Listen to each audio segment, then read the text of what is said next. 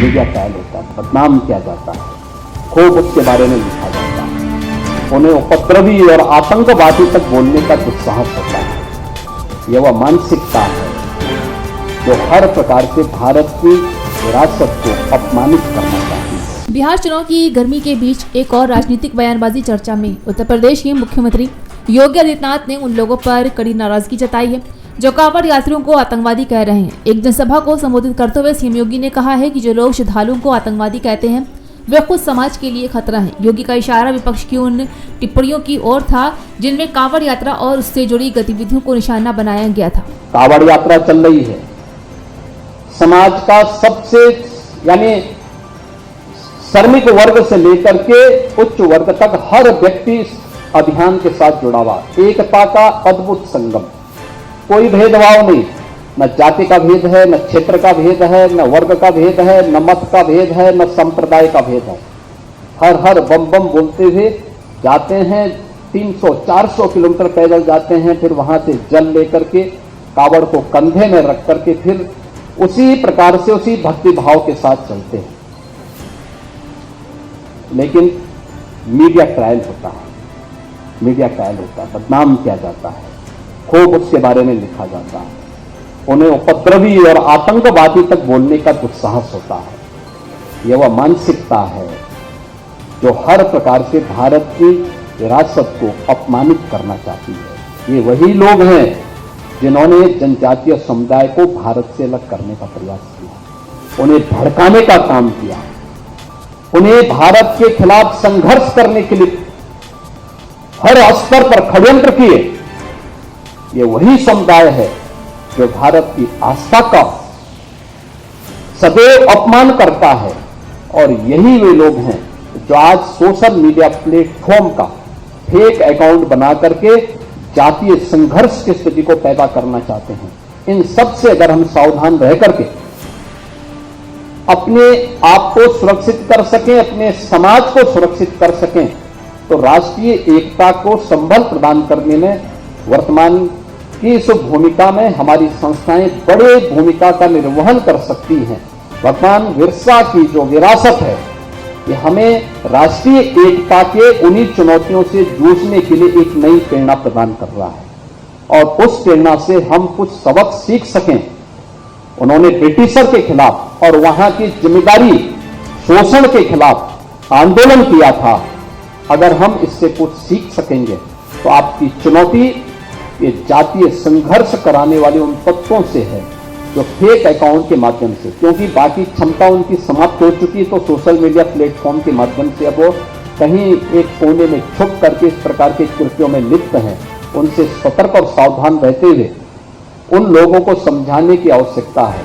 किसी गांव का कोई 2 लोगों का मामला है तो उसके लिए प्रशासन है, उसके लिए एक सिस्टम है उसका समाधान करने के लिए।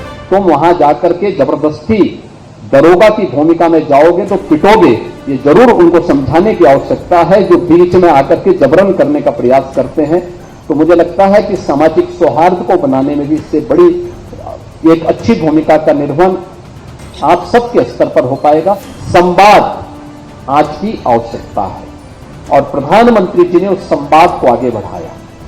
भगवान बिरसा मुंडा की एक विरासत देकर अल्पायु में धरती माता के प्रति और गुलामी की बेड़ी को तोड़ने के लिए कैसे संघर्ष किया जाता है, इसकी प्रतीक है भगवान बिरसा मुंडा। और बिरसा मुंडा के प्रति उस कृतज्ञता का भाव को व्यक्त करने के लिए जनजातीय गौरव दिवस पूरे प्रदेश के अंदर, देश के अंदर आज जनजातीय समाज के मन में एक नए विश्वास को बहाल करने के कार्यक्रम का हिस्सा है। एक तरफ यह अपने उस समाज से जो मूल समाज है हमारा, हमारे साथ जुड़ा हुआ है, भारत की परंपरा और विरासत के प्रति पूरी प्रतिबद्धता के साथ रह करके काम करता है, और समाज के साथ हमारे संवाद के कार्यक्रम को जोड़ने का एक माध्यम जो है, एक तरफ इसके प्रति कृतज्ञता ज्ञापित करने का एक भाव सरकार की ओर से विनम्र किया गया प्रयास है।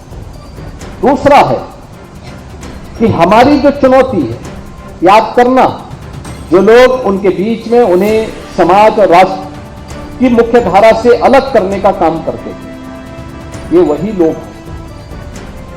लोग हैं। आप देख रहे होंगे इन सबके इन कारनामों को, इनके वे कारनामे जो फेक अकाउंट बनाते हैं सोशल मीडिया में और फिर उसके बाद जातीय संघर्ष की स्थिति को पैदा करते हैं, एक जाति को दूसरी जाति से लड़ाने का काम करते हैं।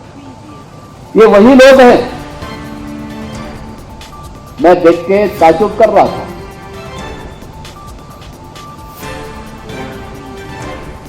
अभी 3 वर्ष पहले की एक घटना है। एक जगह एक आगजनी की घटना घटित हुई। तो मैंने कहा यार देखो, ये आगजनी की घटना दिखाती है, इसकी प्रकृति दिखाती है कि इस समुदाय ने नहीं किया होगा, पुलिस वहां कार्रवाई करे। मैंने कहा देखो, कार्रवाई थोड़ा रोको, देखो मैं बताता हूं अभी। मैंने कहा उसके पूरे वीडियो फुटेज निकालो। तो आप आश्चर्य करेंगे कि आगजनी करने वाला एक व्यक्ति, वह केसरिया गमछा बांधा हुआ है, लेकिन आगजनी करते समय अचानक उसका गमछा निकला। आगजनी करते करते उसके मुंह से निकल पड़ा या अल्लाह।